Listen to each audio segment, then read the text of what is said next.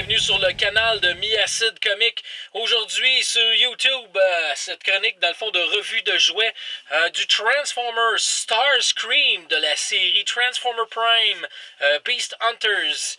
Je vous parle de Starscream pour plusieurs raisons. Premièrement, Starscream selon moi qui est un personnage clé dans les séries de Transformers, que ce soit les nouvelles séries ou les anciennes. Je pense que Starscream c'est un peu, si on parle en termes de jeu de rôle, pour ceux qui connaissent, c'est le roublard des Decepticons. C'est celui qui va sauter sur l'occasion de usurper la puissance du maître. Donc c'est un personnage moi que j'aime beaucoup, j'ai beaucoup d'intérêt à toutes ces figurines, à tous les jouets de Starscream, je les aime bien. Par contre, je dois mettre un bémol sur celui-là. Je le trouve pas merveilleux. Premièrement, regardons l'esthétique du jouet du Starscream Beast Hunters. Bon, encore, c'est sûr et certain, un peu de fidélité à la série, c'est quand même pas trop mal. Par contre, même là, le choix des couleurs, je suis désolé, j'embarque pas du tout.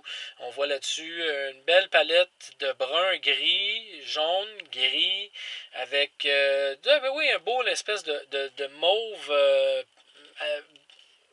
C'est très difficile à décrire comme mauve, avec un petit peu de bariolage rouge bourgogne dessus. Alors là, l'arme qui va aussi vraiment changer de ton complètement avec un beau bourgogne. Puis là, on a des teintes de rouge un petit peu plus agressif, là, qui est un petit peu plus rouge comme un peu le fond. Bon, moi, du côté esthétique, Monsieur Starscream, je suis pas impressionné. Si on y va avec l'arme, encore une fois, il y en a qui disent ouais, on a été servi en matière d'arme, c'est vraiment une belle arme et tout, c'est une arme qui est active. Bon, premièrement, c'est une arme, oui, ok, c'est un action, mais bon, est-ce que c'est possible de jouer avec le jouet et d'activer? Très bonne question, je ne sais pas si ça peut se faire. Alors l'arme, ok, ouais, c'est un gadget le fun, c'est un gadget amusant, mais je pense que ça se détache un peu du Transformer en tant que tel. L'enfant va jouer avec, à part. Bon, si on regarde le Transformer lui-même, sans l'arme déjà c'est moins pire, je sens qu'il y a un petit peu moins de lourdeur là-dessus. Est-ce que ça ressemble à un Seeker Jet de quelconque sorte? Je sais pas quel pays produit des jets qui ressemblent à ça, mais bon, encore là, j'embarque pas. C'est quand même un jet qui a de l'air quand même futuriste et tout. Bon, on a deux beaux petits missiles qui sont attachés là-dessus. Un coup que c'est attaché, ça tient quand même très très bien. C'est difficile à enlever. C'est un petit peu difficile à attacher par contre, je vous dirais pour un enfant de 5 ans, 6 ans, 7 ans, c'est peut-être pas l'idéal. Donc on enlève les missiles de là. C'est quand même très très bien. Au niveau de la transformation pour le mettre en robot, c'est quand même assez facile. Je dirais pas la même chose de la transformation pour le mettre en avion. Il faut rentrer beaucoup de petits, on dirait des pegs, des petites pins dans dans le fond, les insérer dans les encavures qui vont à plusieurs endroits sur le Transformer. Il y a aussi question d'enligner les parties du devant de l'avion et tout. Donc, je vous dirais c'est pas l'idéal encore là pour la transformation pour des enfants en bas âge. Ça va se retrouver souvent être la tâche du parent. Par contre, quand même, la transformation au niveau de la figurine, là, pour la mettre en mode robot, ça se fait quand même pas trop mal. Je pense qu'avec un petit peu d'effort, l'enfant peut arriver à le transformer assez facilement, aller chercher la tête là-dedans, sans trop de problèmes. Ça peut prendre peut-être un petit peu de temps, mais on peut réussir. Alors, comme je disais, oui, la transformation en mode robot, ça se fait quand même pas trop mal. Parfois, ça peut sembler un petit peu laborieux. Amener ça tout ensemble là, pour pouvoir faire justement le robot. Mais une fois monté, le résultat est quand même très très bien. Il y a la possibilité de mettre les ailes, si on veut, vers le haut ou vers le bas. Vous voyez, moi, je préfère les mettre... attendez un petit instant, je vais vous montrer comme ça ici. Vous voyez, juste au bas des bras comme ça. Donc, en le mettant sur pied comme ça ici, ben, ça donne quand même une largeur un peu plus parce que sinon, j'ai l'impression que Starscream, il est un petit peu maigrichon.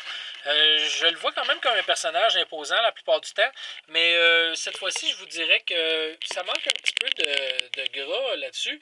Et les ailes à l'arrière, ça vient l'aider. Comme je disais tantôt, ce qui est un petit peu spectaculaire, c'est la grosseur de son arme. Je dirais le faire tenir debout avec une arme de cette grosseur-là. Puis après ça, penser jouer en pinçant ses ennemis avec la pince.